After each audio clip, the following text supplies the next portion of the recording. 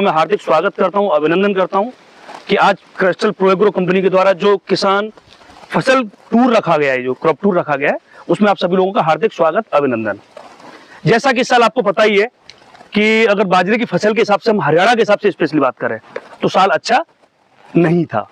पहला, बारिश का 1 से 1.25 महीने लेट आना, और दूसरा जब आई ना तो उसके बाद में फिर लगातार होते रहना। तो कहीं ना कहीं जो क्रॉप की जो एक्चुअल कंडीशन होनी चाहिए थी वो कंडीशन में क्रॉप इस बार आ ही नहीं पाई है। किसी भी कंपनी के किसी बीज को अगर आप देखेंगे तो वो आपको रिजल्ट पिछले साल जैसे नहीं दिख रहे कि जो होने चाहिए। पर एक अच्छे बीज की बात, अगर खासियत की बात करें तो एक अच्छे बीज की तुलना ऐसा नहीं है कि अच्छा हो जब भी करनी चाहिए, खराब हो रहा है तब भी करनी चाहिए, अच्छा हो रहा है तब भी करनी चाहिए। जब मौसम खराब है, परिस्थितियां विपरीत हैं, फसल के अनुकूल नहीं है, उस स्थिति में वो अपनी कैसी पैदावार देने की कोशिश कर रहा है। जब अच्छी है तब वो कैसी देने की कोशिश कर रहा है।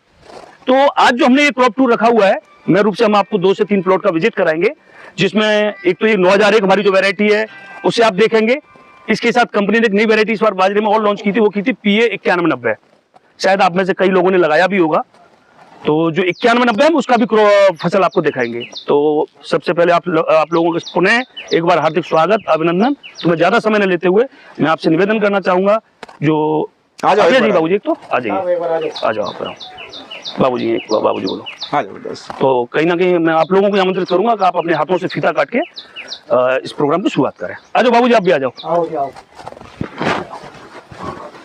आ जाओ बड़े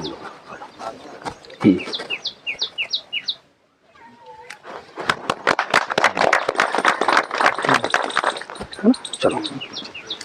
जैसे कि आप देख रहे हैं, ज्यादा नहीं, आपको जैसे कभी इतनी देर से चर्चा हो ही रही थी, और ऐसा कोई आप जैसे किसानों के लिए तो कोई बड़ी चीज नहीं हो ना, आप ऐसा कोई आप में से हैं कि जिन्होंने 9001 न देखा हो ना लगाया हो, बट फिर भी जो हमारा काम है या फिर भी हम बताने की कोशिश कर रहे हैं वो आपको बताने की कोशिश करेंगे। पहला, जैसे जड़ तंत्र, आप देख रहे हैं खेत बहुत ज्यादा घना है, काफी घना, मैं उनसे वही बात कर रहा था। बट जहाँ पे घना है वहां पर तो जंगल ही दिख रहा है, बट जहाँ थोड़ी सी जगह मिली है ना तो आप देख रहे हैं उसकी फुराने 3 से 4 आ रही है, और 3 और 4 में पानी भी दिख रही है। जगह मिलते ही उसको फुरान लेना, जो उसकी सबसे बड़ी खासियत है। जड़ तंत्र की बात करेंगे तो जड़ तंत्र इसका मजबूत है। जैसे कि आपने देखा होगा, अगर घना खेत होता है ना, उस स्थिति में थोड़ी सी हवा है, थोड़ा वो तो गिरने की कोशिश करता है, बट इतना घना होने के बावजूद भी खेत पूरा का पूरा खड़ा हुआ है। मेरा सभी से निवेदन है, आप भी पिछपिछाते आइए, आ जाओ। जैसे ये है रोगों के प्रति सहनशील, जैसा कि अभी बात हो रही थी, और बाबूजी थे जो अपने गांव के थे जो बता दिया था, आप भी बोल रहे थे कि इसकी सबसे बड़ी खासियत क्या है कि अंत तक ये हरा रहता है। हरा रहने का कारण क्या है? बाजरे की अगर फसल की बात करें तो बाजरे की फसल में एक बीमारी आती है, वो आती है ब्लास्ट, झुलसा की जिस पत्तियों पर आप देखते हैं जब पकने की समय पे अवस्था आती है ना, उस समय पे जंग जैसे धब्बे पड़ने शुरू हो जाते हैं, और जिसमें धब्बे पड़ेंगे पत्ती पीली पड़ेगी, सूखेगी, सूखने के बाद में खत्म हो जाएगी। पर इसको देखेंगे तो इसमें आपको धब्बे नहीं दिख रहे होंगे, बाजरा पकने की अवस्था में जा रहा है। वो ब्लास्ट बीमारी नहीं आएगी तो भोजन अंत तक बनाएगा तो ज्यादा बनाएगा। पत्ती पे बीमारी नहीं आएगी तो चारा भी जो आपको मिलेगा वो एक अच्छी क्वालिटी का मिलेगा, बगैर फफूंद का मिलेगा। वो इस 9001 की सबसे बड़ी खासियत है। जैसा कि मैं आपको पहले बता चुका, गिरने के प्रति, जब कितना घना होने के बावजूद भी आप देख रहे होंगे कि प्लॉट की क्या स्थिति है।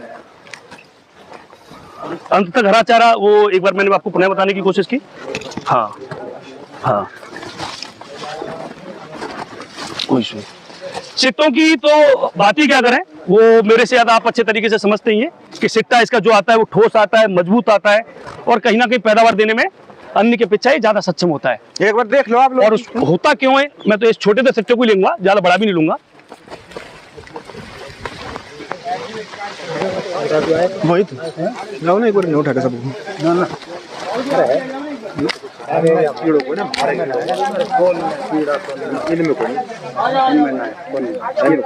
एक चीज आप देख रहे होंगे, जैसे आपको दिखता है कि सिक्टा, बाबूजी एक मिनट आ जाओ, आगे आ जाओ, सब लोगों को अंदर घुमाओ ना। जैसे कि आप देख रहे होंगे कि अन्य बाली की अपेक्षा इसकी बाली आपको छोटी दिखती है अन्य बाजराओं से, पर फिर भी कहते हैं सब पैदावार ही सबसे ज्यादा देता है। जैसे अभी बोल रहे थे बाबूजी के साथ, पैदावार तो आपकी करने की हिम्मत हो, करने की ललक हो कि आप उतनी पैदावार इसमें ले सकते हैं। तो इसकी पैदावार का कारण ये, मैंने बीच में तो आपके सामने बाली फाड़ी है। अब बाली आप देख रहे हो तो बाली में आपको ज्यादा क्या दिख रहा है? दाना ज्यादा दिख रहा है, बूढ़ा कम है। वरना अन्य बालियों को देखें, जितने में इसमें 4 दाने आ रहे हैं उतने में उसमें 2 या 3 ही मिलेंगे, उसमें आपको बूढ़ा ज्यादा मिलेगा।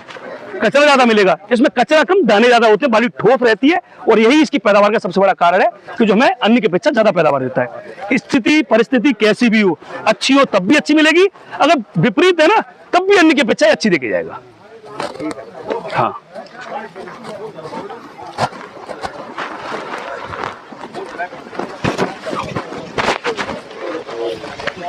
है? हाँ हाँ चल रहे बाबू जी।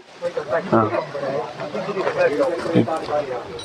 राजीव, हाँ इनको फिर गाड़ियों को घूमना, अगले प्लॉट पे चलते, ज्यादा टाइम ड्राइवर को बोल देता हूँ फिर बैठते हैं। हाँ ड्राइवर को बोलो।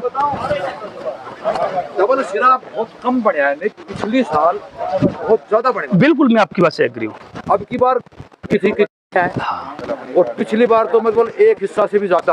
अब मैं वही कहना चाह रहा हूँ। % था नहीं एक चीज चलो आपने ये टॉपिक छेड़ा है तो वो भी जानकारी मतलब क्लियर होना जरूरी है।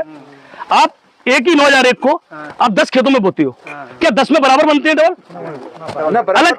अलग खेत में अलग अलग होते हैं, बनते क्यों है और ये 9,001 में ही क्यों बनते, दूसरे में क्यों नहीं बनते? ये चीज हमारे लिए समझना जरूरी है। होता क्या है इस 9,001 की जो सबसे बड़ी अपने आप में एक गुण है वो ये है कि जब जमीन से भोजन लेता है, जमीन में भोजन पर्याप्त मिला हुआ है, फसल को हमने उस तरीके से कर रखा है कि उसमें कचरा नहीं है, खरपतवार नहीं है, अगले प्लॉट खाद अच्छा दे रखा है, समय पर जब पानी की जरूरत है जब उसे पानी मिला है, जब जरूरत है तब पानी मिला है, तो जब भोजन लेगा, भोजन लेते हुए क्या करेगा पौधा हमेशा ऊपर जाकर बाली में